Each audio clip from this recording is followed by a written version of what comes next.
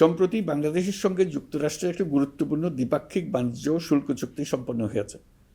এই চুক্তি কেবল একটি বাণিজ্যিক সুবিধা নয়, এটি বাংলাদেশের অর্থনীতি, কর্মসংস্থান, শিল্পায়ন এবং আন্তর্জাতিক কূটনৈতিক অবস্থানকে দীর্ঘমেয়াদে শক্তিশালী করার জন্য একটি কৌশলগত ভিত্তি হিসেবে কাজ করবে। এই চুক্তির ফলে যুক্তরাষ্ট্রের বাজারে বাংলাদেশের জন্য প্রযোজ্য পারস্পরিক শুল্ক ভার রেসিপ্রোকাল ট্যারিফ 37% থেকে 19% কমে এসছে। এই চুক্তির একটা বিশেষ দিক হলো যুক্তরাষ্ট্রে উৎপাদিত তুলা ও কৃত্রিম তন্তু ব্যবহার করে তৈরি পোশাক পণ্যে শূন্য পারস্পরিক শুল্ক সুবিধা। এটা একটা মস্ত বড় সুবিধা।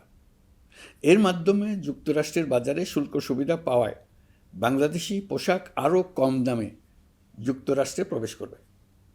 যুক্তরাষ্ট্রের তুলা ব্যবহারের ফলে আমাদের সরবরাহ চেইন আরও বৈচিত্র্যময় ও স্থিতিশীল হবে।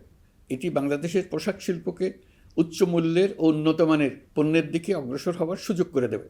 প্রিয় দেশবাসী, বাংলাদেশের অর্থনৈতিক ভবিষ্যৎ টেকসই, বৈচিত্র্যময় ও প্রযুক্তি নির্ভর করার লক্ষ্যে জাপানের সঙ্গে সম্পাদিত অর্থনৈতিক অংশীদারিত্ব চুক্তি একটি ঐতিহাসিক ও কৌশলগত অগ্রগতি।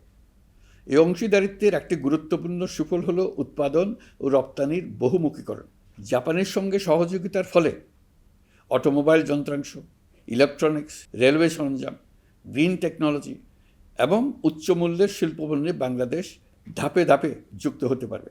এতে আমাদের ঝুঁকি কমবে এবং বৈশ্বিক বাজারে বাংলাদেশের অবস্থান আরও শক্তিশালী হবে। পৃথিবীর শিল্পোন্নত দেশগুলো আমাদের দেশে বিনিয়োগ করবে শুধু জাপানে শুল্কমুক্ত রপ্তানির সুবিধা গ্রহণ করার জন্য। প্রিয় দেশবাসী, আমরা চীনের সাথে আমাদের উন্নয়ন সহযোগিতা গভীরতর করেছে। গত বছর মার্চে বেজিংয়ে চীনের প্রেসিডেন্ট শি জিনপিংয়ের সাথে বৈঠকে আমরা দুদেশের মধ্যকার কৌশলগত অংশীদারিত্বকে নতুন পর্যায়ে উন্নীত করার প্রত্যয় ব্যক্ত করেছে। ইতিমধ্যে তিস্তা নদীর সামগ্রিক ব্যবস্থাপনা ও পুনর্বাসন প্রকল্পের বিষয়ে উল্লেখযোগ্য অগ্রগতি হয়েছে। নীলফামারীতে 1000 শয্যার একটি আন্তর্জাতিক মানের হাসপাতাল তৈরিতে দুদেশ একমত হয়েছে। এই কাজটি আমরা এগিয়ে নিতে পেরেছি।